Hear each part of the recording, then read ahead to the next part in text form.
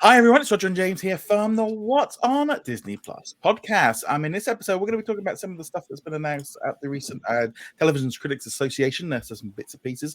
We're also going to talk a little bit about what seems to be going on maybe with Disney Plus in terms of like next day stuff in the United States.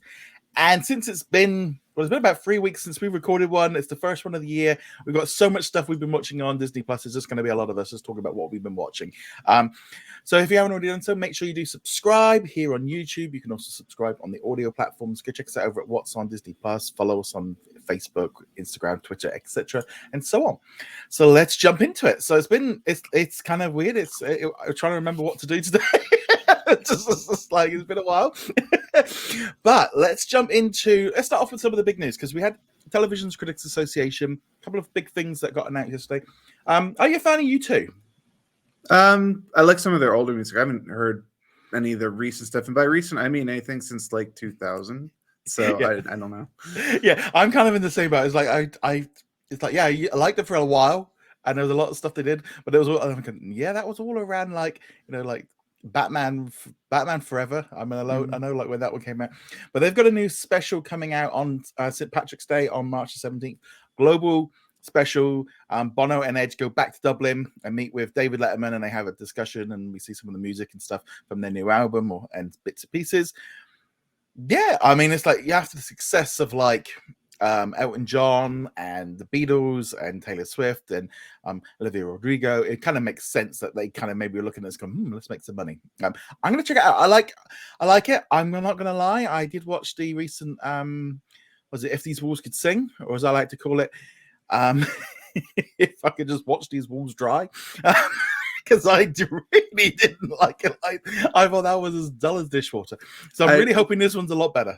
Which band was that one? I don't think that was the one about Abbey Road. They delayed it in the UK. Oh, it came out a couple of weeks ago in America, and then they delayed it. I think between Beatles Get Back and then the McCartney 3-2-1, I'd kind of got to that point. Like, yeah, I've kind of had enough of this whole thing. So O2 is a little bit. Yeah. Any day now we'll reach oversaturation point with the Beatles. It's coming soon. It's coming soon. Yes. So we got this U2 one. Trailer looks good. I love Dublin as well. Been there a few times. Lovely city. So that should be a lot of fun. Now there was some new things announced at the TCA. So we've got we had some new images of American-born Chinese. We had some new images and a little like teaser like featurette on a small light, which is coming to Disney Plus in the spring and to National Geographic. This one, again, it's just nice to have something different with the small light coming up. That's what I'm looking forward to. Yeah. We've also got Prom Pact, which is coming in the US on the Thursday, 30th of March, and then the next day on Disney Plus. Again, a lot of these dates, there's a lot of international to follow, which is like, we're gonna get into that. It's terrifying. Like, oh no, what's going on? We're also going to be getting the crossover that's going to be dropping on the Disney Channel on Tuesday, the 4th of April, followed by the following day. And it was a load of people, some kids playing basketball. It didn't do anything for me. I'll be honest. That one was like, really? Okay, I needed a little bit more to it than just them playing basketball. I'll be honest. It could be a sleeper like Welcome to Wrexham, or it could be Beckham's Save Our Squad. So yeah. But admittedly, I'm not exactly waiting with bated breath for that either. No. And then we got a big one coming on Earth Day on April the 22nd. That's just going to be over 2 days, and again it'll be on National Geographic and on next day on Disney Plus in the United States. It got Secrets of the Elephants. So this one is a new one, 4 episodes from Jim Cameron, and next year is going to be octopuses, and then the year after that there will be then penguins and bees. So they've got like Secrets of is a new Earth Day tradition for Disney Plus. So we've got at least the next 5 years worth of those set to go. Which I really enjoyed the whales one. So I'm interested to see what they do with the elephants one. I'm hoping it's gonna be a lot better than Elephant was. I enjoyed the Secret of the Wolves one, but I didn't really learn much about wolves. It was just really, really pretty. They had some amazing shots, some landscape shots, some shots of the wolves. But in terms of like a documentary about learning things, I learned that they don't like cameramen, which I probably could have guessed on my own. Yeah, So. and I can't help but think, but was Secret of the Whales kind of a little bit of research for Avatar: The Way of Water?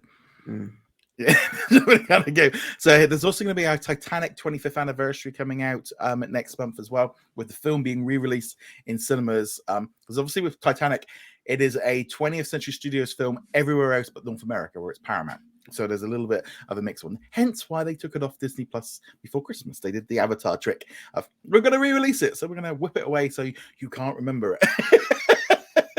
I don't remember anything about Titanic now.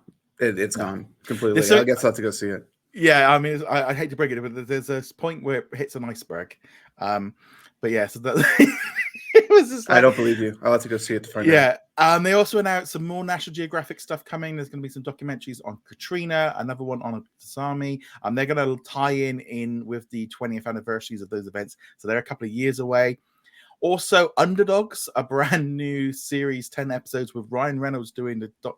And then basically the entire teaser trailer was a hippo having a poop and farting. And it's little tail waggling. And I'm going to, yeah. It's on brand for Ryan. And to be honest, it looked so much fun than anything else I saw yesterday. It's just like, yep, just give us some funny clips. I was a little bit like, I mean, they were joking about how long it's going to take, 2025. And I'm like, surely this is just like a compilation of bloopers that when they've been sat there recording them, it's like you're not going out specifically to try and find hippos farting and stuff. I would actually fully believe that Ryan Reynolds would direct people to go and find that kind of footage specifically. We've got plenty of footage of them crunching on watermelons or just walking through the water and stuff. No, go find them pooping.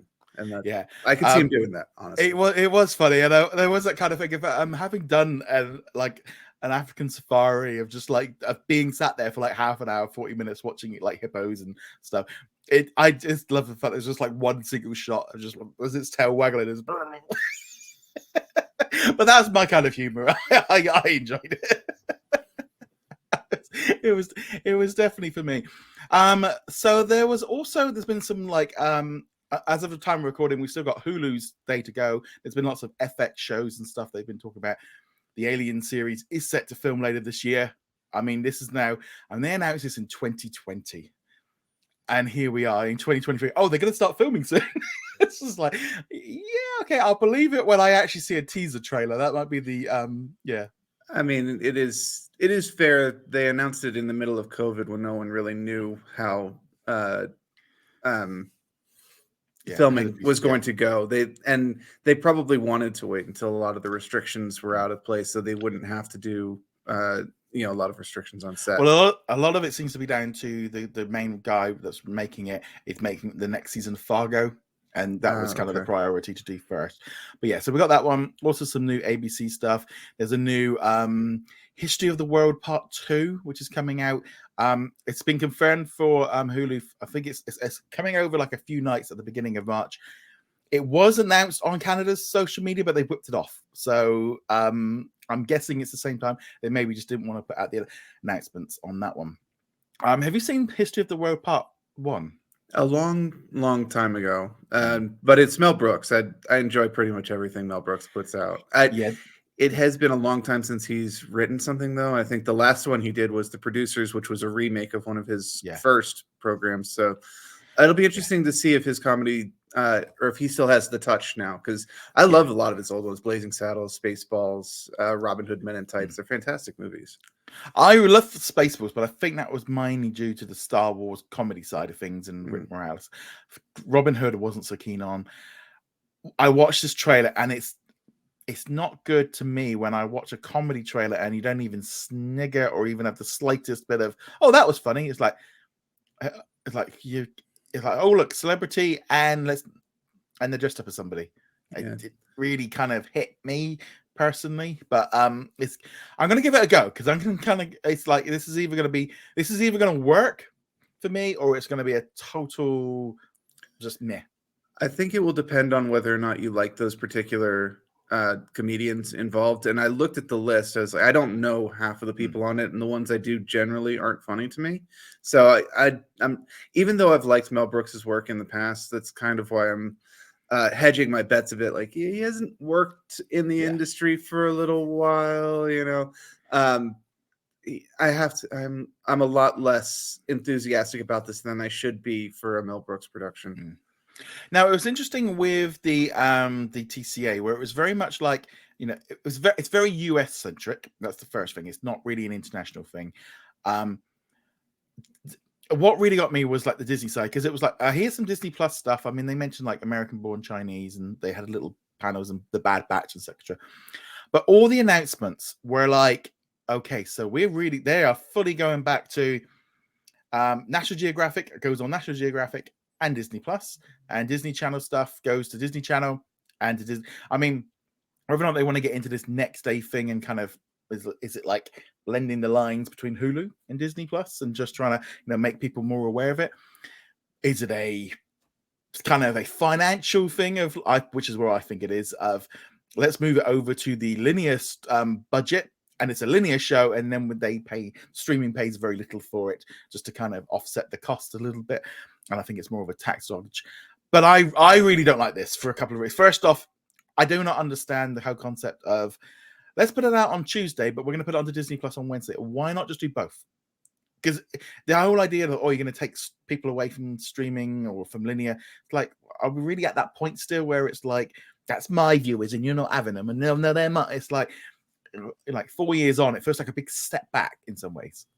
I wouldn't necessarily call it a step back, but it seems like there's probably some internal feuding going on, and that's the main thing. But I'd have to agree. At this point, there's very firmly a watching it live in quotes in this case, and watching it on streaming audience, and there really doesn't seem to be too much overlap, except, you know, here in the States, you're visiting your parents for a holiday, let's say Easter coming up, and they're still very firmly in the watching linear television, so you'll see that. But I'd have to imagine in a lot of cases they're not going to be watching most of the Disney Channel content coming out. Maybe you stick your little kid in front of it so you can, you know, talk with your parents, but without that. But honestly, most of the parents I know are just going to load up Netflix or Disney Plus anyway, and they're not going to be going to the linear, even if their parents don't have it. Well, I kind of look at it now, it's like you're either one or t'other. I mean, you can be in both, but generally you're going to be going on, and it feels a little bit like this is mine, or like I said, budgets. And I also don't understand it from a marketing point of view of like, it just makes it so much more confusing of going, you know, this show is coming out on, you know, 8 o'clock Central on this time and available the next. It's like, why not just say it's out on Wednesday, you know, on Disney Channel? And it just kind of feels a little bit like it's very going back to the I mean, we don't know how much of this is still left over from the Chapek era, or whether or not this is something coming in. But National Geographic, and I even understand the point of view of I completely 100% on sharing the content. I don't have a problem with them sharing it, but it's just like, it just feels a little of a backward step. And then suddenly all the international stuff goes way out the window, like the Magic of Animal Kingdom. It's just like, well, when are we getting it? You know, we got no idea when it's coming. And it's like, okay, so we've gone back into linear, and suddenly then the whole world, and we suffer because of this decision. You actually made an interesting point in the middle of there. Ignoring the international stuff, that's a whole different can of worms, and we have complained about that many times. Yeah. You mentioned like the 8 Central thing. You know, a lot of our generation growing up in the States, maybe not over in the UK, will remember, you know, this show comes on at 8 Central, and, you know, 9 o'clock being Eastern time. So that's one thing that they do have to keep in mind with this, that if you want to do it at the exact same time that you're doing it broadcast linearly, which time slot do you do? Because something, unless it's a sports show or a live program, if it's showing at 9 o'clock on the East Coast, I'm in Mountain Time, I'm not going to see it until my 9 o'clock, which is 2 hours later. Do you put it on streaming at 9 o'clock Eastern? And then I'm just like, well, I'm just going to watch it streaming. I'm not going to wait for it to broadcast linearly. Do you show it on the West Coast time? And then the people on the East Coast are like, well, this is 3 hours later. I should have just watched it. So I think that might actually be part of the puzzle, where there's like, we're not messing with this. It's the next day. You can watch it linearly. That's not a great answer, assuming that that's part of the process. I would still rather just be like, oh, it aired in Hawaii. It's now done with the United States. Let's put it on on streaming. But that probably does factor into it because we span many different time zones here in the States. I mean, we get it a lot with. I mean, here in the UK, we don't really, because we have one time zone in the whole country. It's never really an issue. The only thing is that a lot of like, especially like in Australia and stuff, of like saying, you know, it's out on this day, and they go, well, it's not out. Well, it doesn't kick into like 7 o'clock at night because of the time difference. So that's one issue. The only interesting other thing was that these now essentially, the concept of a Disney Plus original feels like that might start slipping away a little bit with these channels taken away. They are still listed on the official Disney Plus originals, like Moon Girl and Devil Dinosaur and the crossover. They're still being listed, but it's like, well, it's a very weird stage right now. Like I said, I think it makes perfect sense for Disney to put out shows on linear networks. I think it makes sense. I think we're at a point now where linear customers, they've basically got nothing to watch because of everything good's gone to stream, and it makes sense to utilize this content. You spent a lot of money on it, and we're in this different stage now, I think, with streaming now, where it's about trying to make profit rather than just get subscribers. And I don't have a problem with it. It just feels a little bit like, okay, this is going to make things, it's like instantly of just like, oh, okay, the scheduling is just got like, and I'm thinking, if I'm struggling to work out when something's coming on, that's not good in general, because then you're going to see, we're already seeing the tweets and I go, is this coming out in the UK? It's just because there was no international announcements yesterday of when these are all coming on, and again, it just muddies the waters a lot. It does. There's and it going the other way too. Actually, I was thinking about this, where in the last couple of months we've seen a number of what were Disney Plus originals coming onto linear, either in Freeform or Disney Channel. It really does kind of make you go, where's the line? And maybe there just shouldn't be a line at all, but because you can do regional things on Disney Plus. You could say, all right, it's launching at 9 o'clock in your time zone, although that tends to annoy people, and then you get into the piracy issue as well.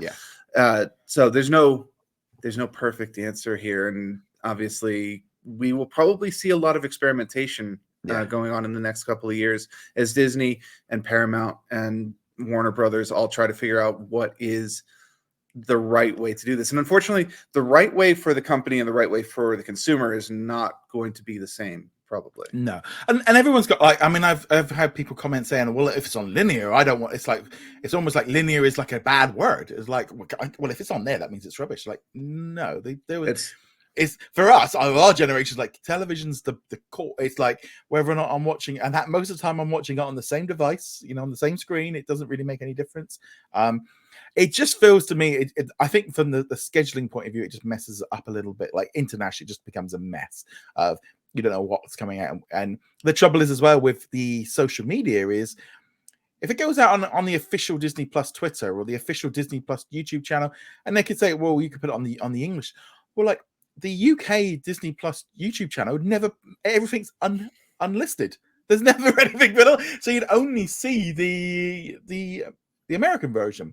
So I understand, you are going to have some differences, but it definitely feels like just sort of that. I mean, I also do think, like with National Geographic, I do wonder if they've looked at the stats maybe and gone, look, these National Geographic shows are just not hitting where we would like them to. Supernatural, Limitless, like you might as well put them out on the channel, because the older people that haven't got streaming are going to enjoy it, and you get more value out of it.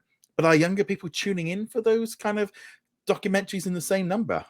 We've never seen any evidence that they have on any of this stuff. It just makes sense to do it. The thing with National Geographics, and also with Discovery and BBC produced documentaries and things like that, is a lot of the time it's not really about getting a first day viewership. That's one of the important metrics that we judge shows and movies by, is how many people show up for the opening weekend or things like that. Whereas National Geographic's really isn't about that. It's about getting it into classrooms, getting it into libraries, getting it to people when they need it. You're doing a report on Nigeria. Here's a documentary from National Geographic. So you can watch that and get a lot of the material you need for your report. You need to do a report on elephants. Here's your elephant report. Sure, there will be people watching it.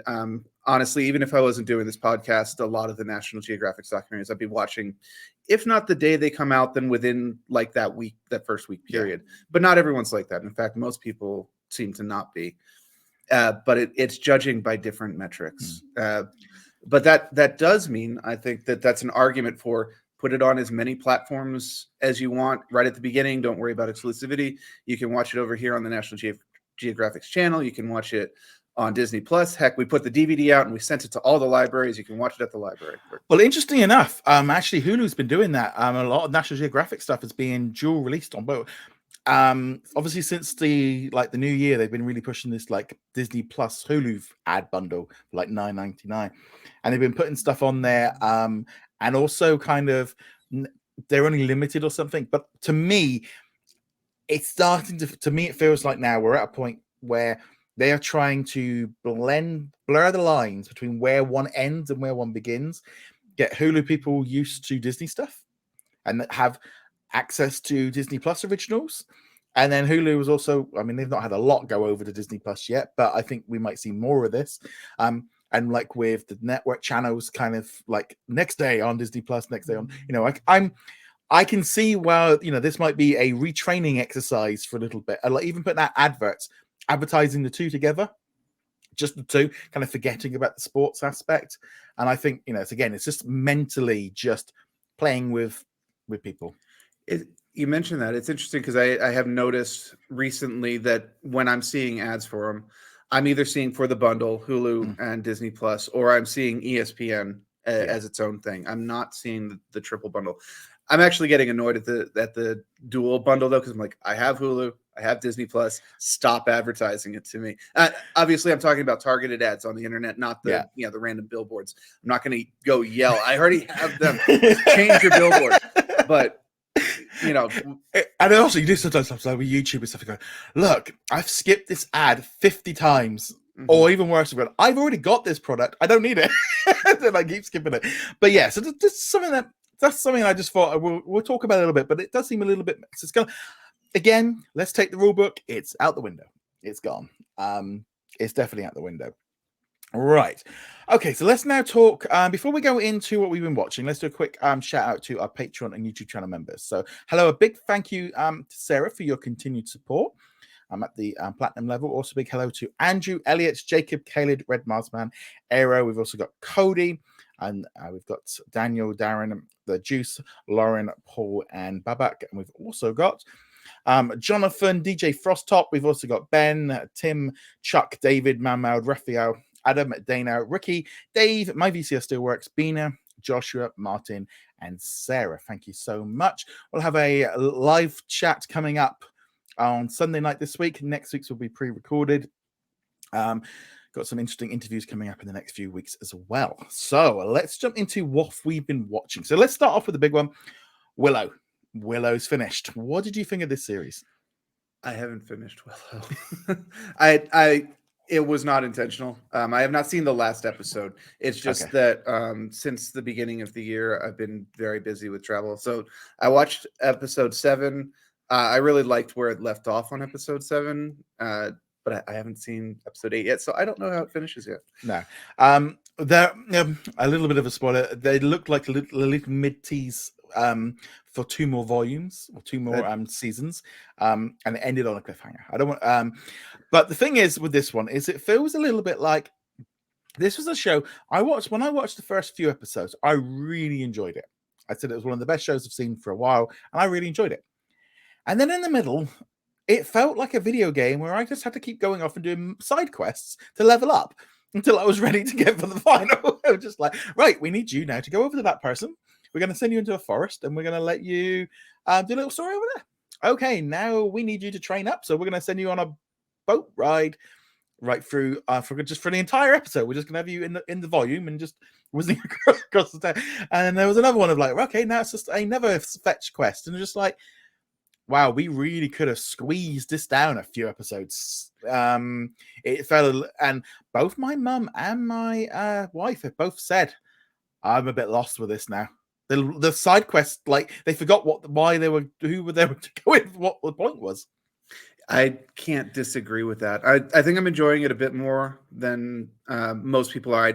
I did make the mistake of checking out on like Reddit and seeing what people are taking about. I'm like, ooh, it's not doing well, which is unfortunate. I'm still enjoying it. I'm not going to change that. But you are right. It did lose focus about halfway through. And it's like, okay, now we're going to go off and do this. Ooh, that guy's been poisoned by dark magic. So we got to do an entire episode about him being like purged and things like that. That's the only side quest that will make sense, and I enjoyed that actual episode. I thought that was really good. The whole thing of them going into the forest was just pointless. It was, I know, and I've said this before. It almost feels like we could have actually done this series if they merged like Borman's character. I mean, I love him as a character with, and I can't even think of the flag masher from and from the red-headed girl. Those two characters could have been actually merged together into one, because they could have had the same thing. And the same thing in some ways with like Alora and Kit. They actually could have been the same.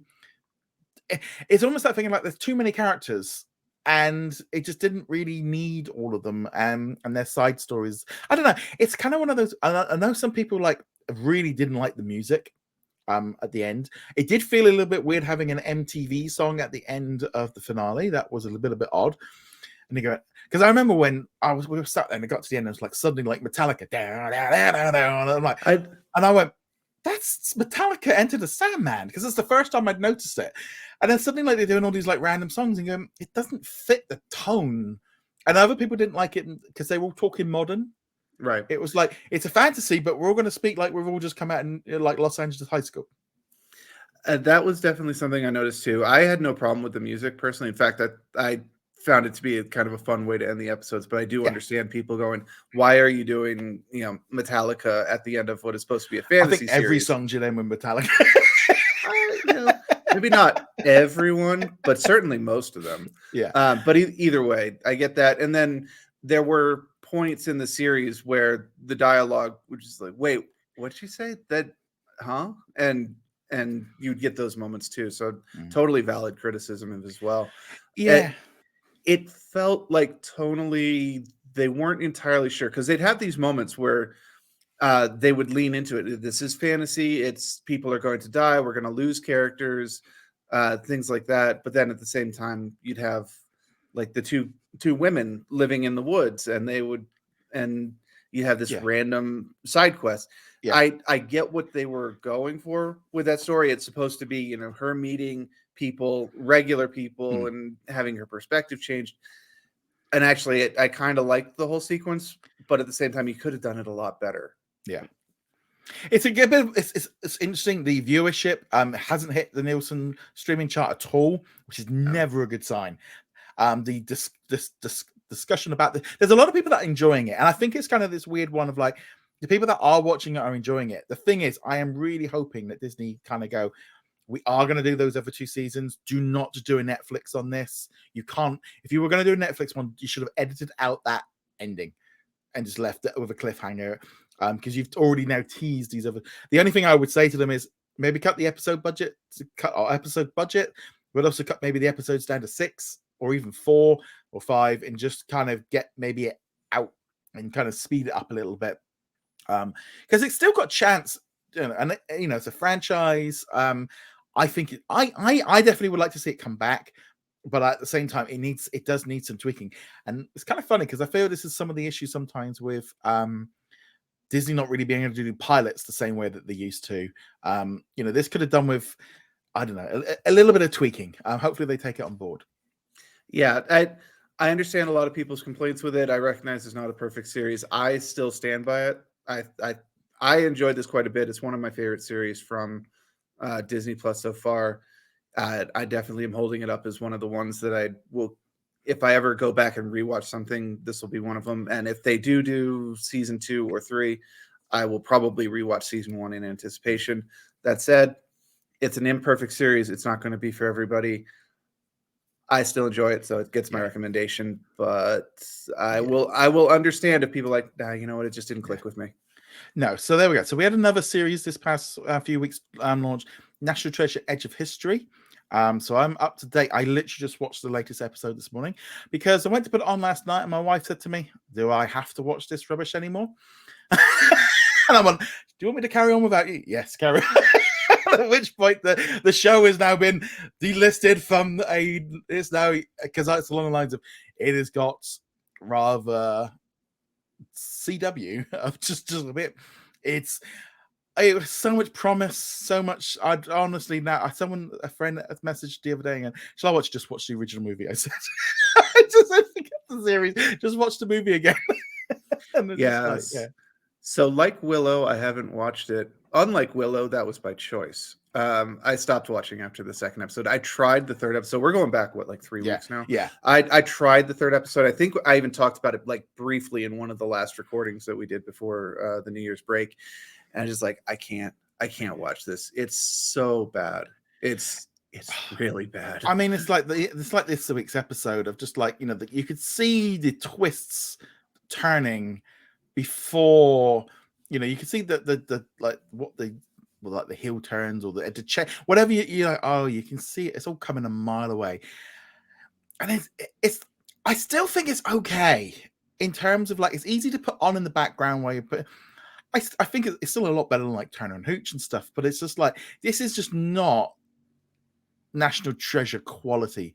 This is National Treasure Hallmark or CW edition. It's just not on that same level. It's okay, but it's no longer in the I must watch this on a Wednesday. I mean, even Willow was a bit like, I waited till my wife was home from work before we watched it, but it was a little bit like, it wasn't like I need to watch, like when Marvel or Star Wars comes on, like that 8 o'clock, 8 o'clock kind of one. I was just like, watch it straight away. Your dogs are giving their impressions as well, which is the show needs more dogs. It does. Every show needs more dogs. Actually, to be honest, they actually need less dogs, because this one, the minute she sees one on television, then goes bonkers. So there are sometimes scenes where I have no idea what's happened, because all chaos has evolved.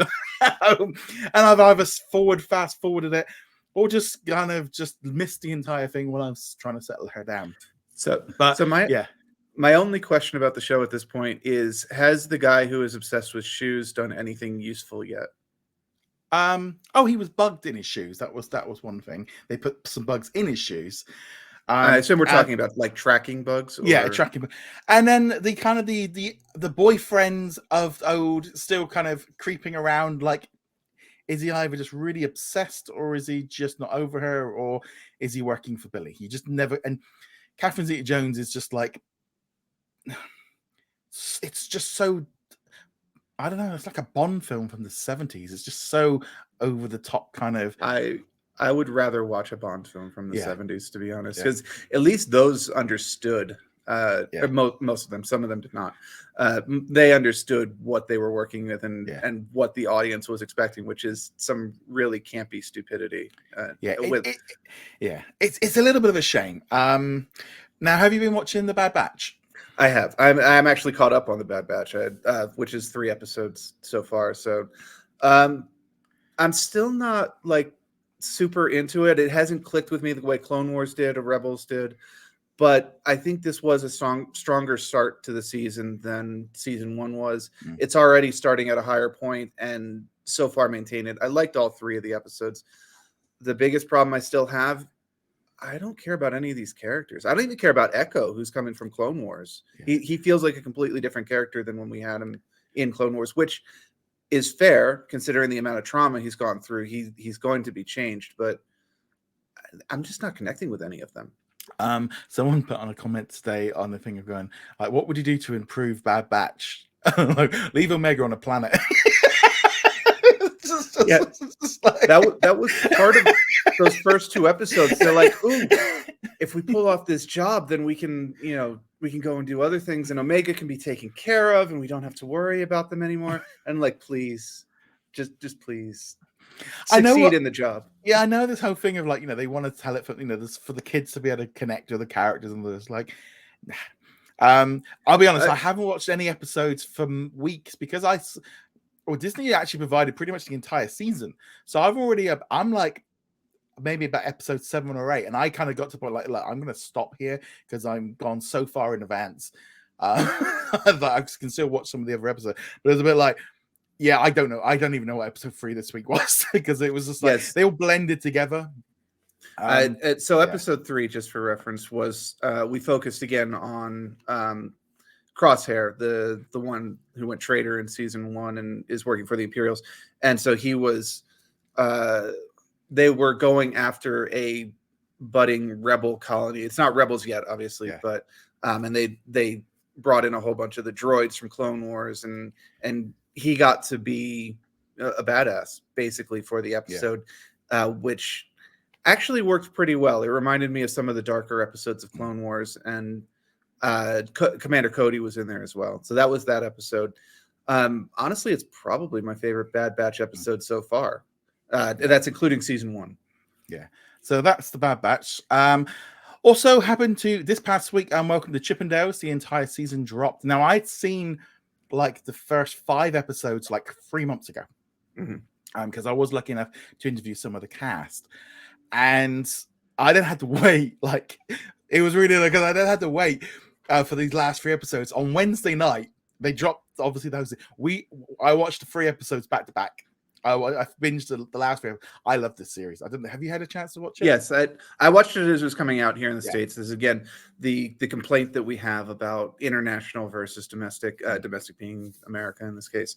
And like I finished it. When did the last episode drop? It was about 2 weeks ago. Yeah, I was going to say. By the time the finale dropped, we were a week later and we got the lot at once. Right. And I didn't like it quite as much as Pam and Tommy. I'm comparing it to that one because it's the same creative team. But yeah, this was still really, really good. It's absolutely absurd and great and dark, and it's just it's really good. I especially like watching these last few episodes of just like him becoming the villain, and like just the sheer brutality of like he's completely just lost. I thought this was a fantastic series. One of my favorites of 2023 because it's a 2023 release here. Because I couldn't put it in any of the lists and stuff because like I love this series because I didn't know how it ended. Because I knew nothing about this one, but this was a gritty, great series. I loved it. It's easily if you haven't watched it, check it out. It is a definite highlight. I agree. And then there's also a number of documentaries around it, just like there were for like The Dropout, where if you want to see what actually happened in real life, those were. And unfortunately, I saw one of those late last year before this came out. So I already knew, if not the specifics, the general story of what was going to happen. But even knowing the absolute insanity that was going to be coming towards the end of the series with like the murder and all that fun stuff, murder being terribly fun, obviously. It was still a great series. Highly recommended. It's on Hulu over here, obviously, because Disney Plus Hulu. If you haven't watched it and you're looking for something to try, this one's really, really good. Just looking here at some of the other things we've watched recently. The Menu dropped last week here in the UK. This one's, I think it's on HBO Max in the US. Have you had a chance to see The Menu? I saw it on HBO Max, so did not. Everyone I've talked to about this has loved this movie. I'm actually not going to say much about it because this is one of those ones where I think you really should go into it, know as little as possible about it. You're not going to really spoil anything from reading the description. It's not one of those ones where like any of the twists are there, but just go in, watch it. It's really good. It's got a really good cast. That's what I'm going to say about it. It's highly enjoyable. It's awesome. Loved it. Absolutely loved it. So again, when it dropped on Disney Plus last week, me and my wife I said to my wife, I literally said to her in the morning because she was off the day. I said, do not watch that film. She's like, what? I said, I want to watch it tonight. Don't watch because sometimes she will have a tendency to. I'm working up in the office. She'll go, oh. I said, I want to watch that later. She didn't know anything about it. She went in totally blind. And she loved it. This was a really, really good movie. I loved it. So good. And I don't want to go into spoilers because of where it is. I, One that, just a reminder, it's on HBO Max here in the States, Yeah. and despite the fact that that is not a channel that we cover, it's watch on it. Disney+. It's really, I know it is. It's really good. You should check it out on HBO Max if you've got that. Another Searchlight film, which is on HBO Max in the US, Banshees of Inisherin. This came out just before Christmas. I love this. It's up for a lot of nominations. Love this movie. My wife wasn't as keen on it, but I really enjoyed this. I love the whole humor aspect to it. Again, a really top quality film.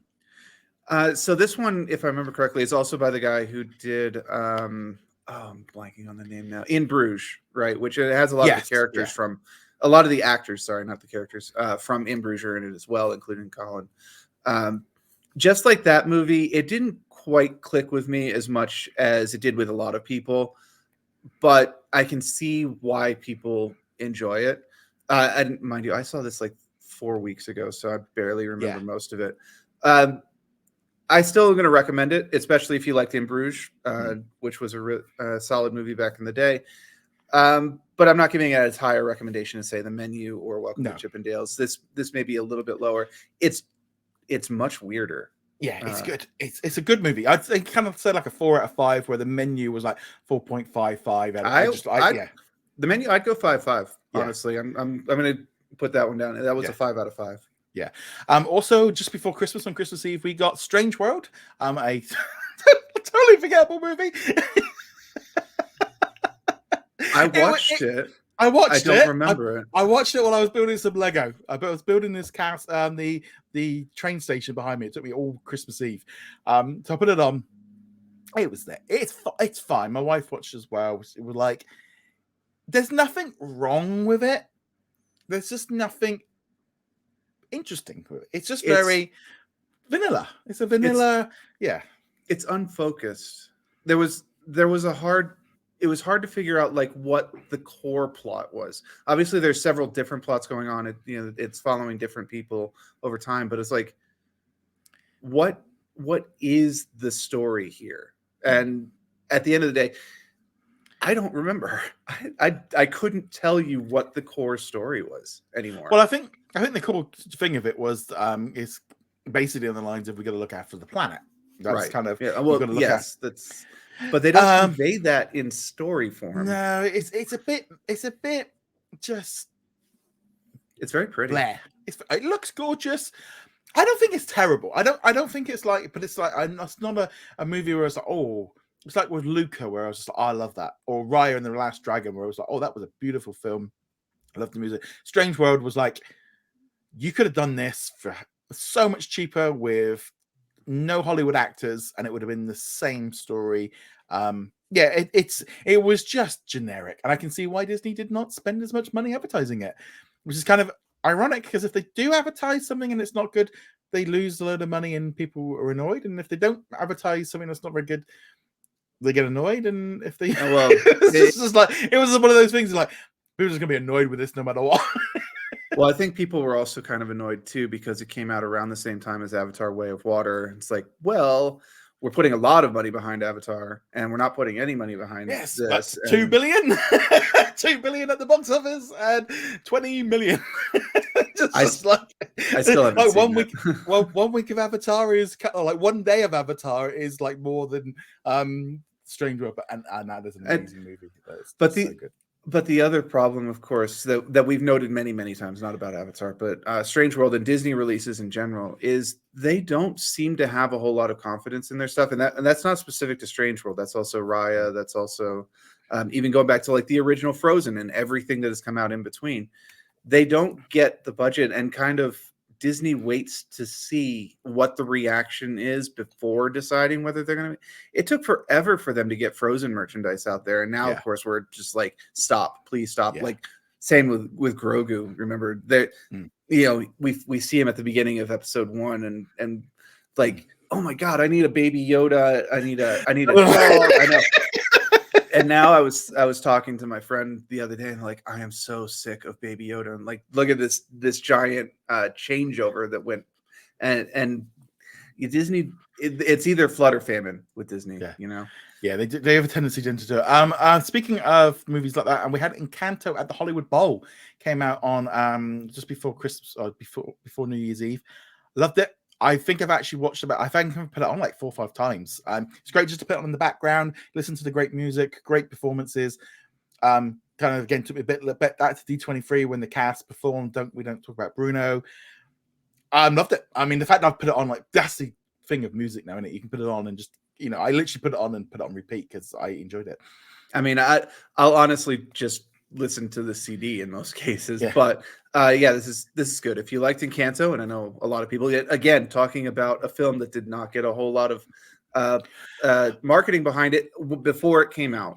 Yeah. It did not get a whole lot of marketing, and then word of mouth, and then the marketing exploded for it, and it became a huge. Once it hit Disney Plus, it kind of blew up. Again, the trouble is, and I do feel like there's a lot of like, and if Turning Red seems to have this problem, a lot of people like forgetting what actually was going on at the time that these films came out, of Omicron and all the rest of it, and close downs and issue. It was the pandemic was still in the go at the minute. I've been seeing a lot of stuff, like people, the box office, like most things have been back to normal for a few months, maybe 6 months. It's still very early. Avatar's like the first big Disney blockbuster that they've had over $1 billion since 2019. It's taken that long to get to that point.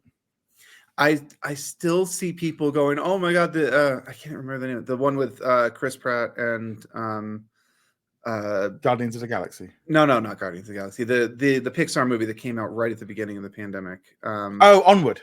Onward, yes, where they were looking for their father, and I still see people going, Onward was such a huge flop, and it was like, yeah, it came out literally as the pandemic started.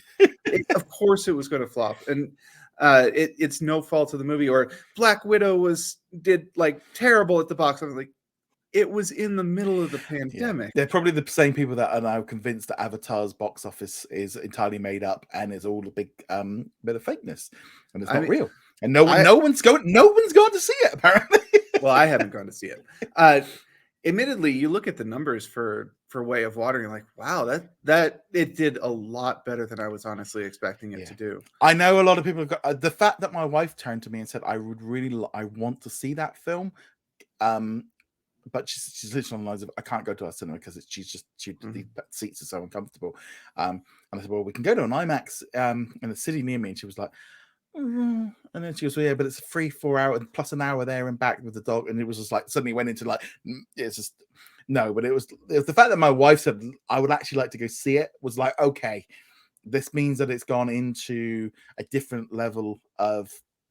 Because she never says that. I mean, that's just like, never wants to go see a film at the cinema. Just looking here at some of the other stuff that's come out recently. Koala Man. Koala Man came out on Monday. So this is a new animated series. All 8 episodes dropped on Hulu. It's a global release. Good. Yeah, more global releases. Good for it. An Australian superhero. And I was channeling Kevin this morning when I was sorting out all the bins because they'd all blown around in the storm, and I had like 3 people's garbage cans all over my drive. And I did go out there thinking, I'm standing out there in the rain thinking, yeah, I'm Koala Man this morning. I really enjoyed this. It's stupid, daft, bonkers, makes no sense. Binged a whole lot in one go. I turned off episode 1 about halfway through. It was not clicking with me at all. But part of it is I think I'm just sick of the current trend of adult animation cartoons for adults, I should say, because they all just blend together for me at this point. And there was nothing about Koala Man except it being Australian rather than American or British that kind of set it apart. And it didn't. I like you were talking about with the History of the World Part 2, where you didn't laugh at all through I got halfway through the episode and like, I don't think I've even like chuckled at anything in this so far, and I was like, I'm done. It was bonkers. I mean, I enjoyed it. I don't know. Again, the Australian humor, I think, is a little bit more interconnected, like obviously with British humor, but also, we've grown up with watching a lot of Australian soap, so we understand a lot of the slang, but also I have spent like a year in Australia. So I was that kind of connection was like some of the stuff like I could kind of get a little bit easier. Maybe I thought it was fun. 8 episodes, perfect. In some ways, I don't know if a weekly release might have been better for it, given a bit of a run, because it's kind of like it got dropped and gone, and now it's moved on. And actually, when you mentioned it and like the things that we talk, like, wait, what? I don't even know what this is. There's that. Having said that, like, it didn't click with me. I do hope they continue to bring in more international humor. I think humor is one of like the best ways to kind of understand a culture, to learn about different cultures, because what we find funny often says a lot about us.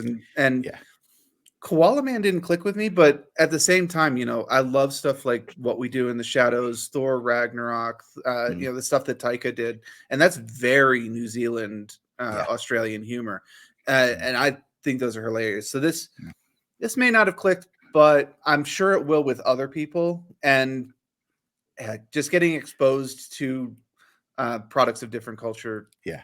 Even it's like Australia, it's not that different. Like, actually, it's very different. But enjoy it. I hope it does find an audience, and good luck to it. It just didn't click with me. Also, speaking of international British, so we've got a British comedy coming out next week. Extraordinary. We'll obviously talk about it a little bit more. I'll be speaking with Jeremy next week for that episode. Actually, no, it's in 2 weeks. Actually, so that's a British comedy coming up. That's also a bit Irish as well. Sorry, what was that one called? Extraordinary. Okay. That'll be coming out. It's going to be on Hulu in the US. Just thinking, I'm just trying to think. I'm just going through like what's been, because there's been so much has been coming out. I've been watching Big Sky as well. Been enjoying that one every week with new episodes. We finished off Grey's Anatomy, the latest. We're up to date on that one on Disney Plus. I'm just trying to. Yeah, there's just. Have you been watching anything else? I'm trying to think. I don't think anything on Disney Plus. I did end up watching Wednesday over on Discord on Netflix, which is of course about Wednesday Addams from the Addams Family. I enjoyed it quite a bit, and I heard the dance scene was. I've had seen so much of it on TikTok, and the song's not even in it. I fast forwarded through the dance sequence. That was too much for me. But overall, I really enjoyed the series, and I'm looking forward to season 2 of that. And then, even though I'd already seen it, I ended up kind of pseudo binging Strange New Worlds, the Star Trek series on Paramount. I still haven't got around it. Honestly, it is the best Star Trek has been since Voyager, maybe even Deep Space Nine. Honestly, it's. Do you know we were saying this the other day of like, I was like, I think we need to unsubscribe to some systems because we're just not, because I watched like 2 episodes of that Harrison Ford Yellowstone spin-off. It's 1923, something. Yeah, so I enjoyed it, but it's like I've gone back and kind of forgot about it, and like we're thinking, once the deals run out, we might only like do hate. And it was like Amazon. I'm like, I think we might start watching The Rig, but generally there's been nothing on that since the Top Gear special that they did just before Christmas. So it's a bit like, okay, are we actually watching this stuff? I did end up binging the entire. Finished off the last of Grownish season 5. So that's coming back with new episodes in the US later this month, and they've commissioned a 6th season, so that's pretty good. And here in the UK, you had Modern Family season 10 drop on New Year's Eve. So I binged through the entire season 10 as well. So that was another watch that I've been going for. And I'm just trying to see because it's kind of one of those weird things. Again, it's been a long time with just like so much stuff coming out and some stuff that I need to try out. I've been meaning to try out Bleach, and now that they've got the English dubbing in there. A lot of people getting excited over Tokyo Revengers season 2, but it's on the first season's on Crunchyroll. I was going to say those are both animes, aren't they? Yeah. I'm familiar with Bleach from like way back in the day. I think I even saw like an episode or 2. This is a continuation of it, but you can go into it without having. I'm guessing. Well, here in the UK, we actually have the original. This 5th, was it 16 seasons? So that's the original one, the one that's up on screen right now. So there's 16 seasons. Your audio only, you can't see it. Yeah. So you got 16 episodes, whereas Bleach, the new one, is just a 1. But I know a lot of people are like, oh, anime. So they are starting to. obviously it's big in Japan, and they need to buy this stuff for the Japanese market, and it makes sense to buy global rights. So because there is an international market for it, and we're going to see more of this. We're really seeing so many more international originals dropping onto Disney Plus, and I think we're going to see a lot more of that moving forward. I actually really enjoyed Spy Family. That's on Hulu and Crunchyroll over here. I watched it on Hulu, obviously. That was an anime, I think it's 25 episodes, 26 episodes, somewhere in there. That was really good. I highly enjoyed that one. Also, just recently I just got, I think I got like one episode left to go of His Darkest Mysterious season 3. I think it's on HBO in the. I forgot that was coming out.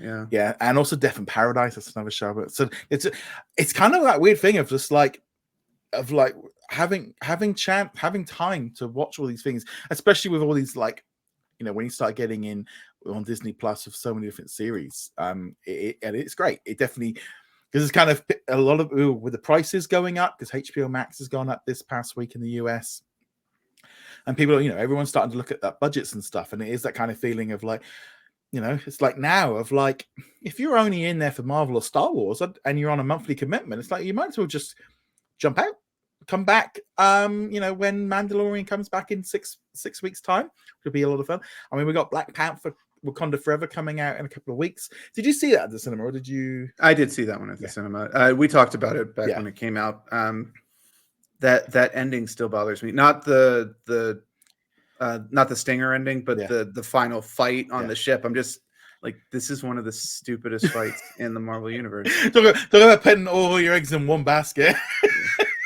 It's just like, without going into it too much again, they're using the sonar attack thing, the underwater to keep this is technology that's existed since like the 1910s. They've had the ability to make really loud noises with ships for a really long time. Why is there only one on the ship, and why are there no protections for it at all? It's just like just Ironheart just flying around. Yeah, pretty much. Otherwise, enjoyed the movie, but that ending, that fight at the end, just bothers me so much. Yeah. Right. So next week, I will be here with Jeremy, and we'll be going through. It's kind of weird because we're in this like weird bit now where. Like with Willow ending, it's like National Treasure and Bad Batch is pretty much it. I mean, probably need to watch that Chasing Waves documentary. I haven't got around to watching that one yet. But we're kind of in a little. February's probably going to start lining up. Hopefully next week. But I mean, the biggest release is not even a show. It's the trailer for Mandalorian, which is coming out on Monday, I believe. Right? Yes, you're in NFL. It's through the NFL game, I think it is. I'll just wait for it to be on YouTube, but yes, I'll find it when I wake up in the morning. Mm-hmm. It's always that kind of way, like a new trailer. It's like, but we've already had the teaser trailer, so I don't need it. It's like you're giving me the day. I know I want to watch it, but after that, I'll probably stop watching trailers. I always think that first trailer is the one. It's that the teaser trailer. If it's long, if it's 2-minute long teaser trailer, that's enough. That's enough for me. But that's my point. Is this is the biggest thing to look forward to next week? Maybe Bad Batch episode 4, but what I'm looking forward to. Mandalorian season 3 trailer dropped, and it's like, but what's actually coming out on Hulu? And I'm like, I don't know. I don't really care. Yeah. So. No. Right. On that note, thank you very much for watching. We'll be back next week with another episode. Make sure you check out the What's on Disney Plus news throughout the week on the YouTube channel. You'll also find all the information over on the website, whatsondisneyplus.com. Find us on social media. Follow us there to keep up with everything. Facebook, Twitter, etc. And on that note, see you guys soon. Later. Thank you very much for watching this video. Make sure you go check us out over at whatsondisneyplus.com. Like, follow, and subscribe. Also, a huge thank you to all of our supporters over on Patreon and also on our YouTube channel memberships. And I shall see you guys in another video. Laters.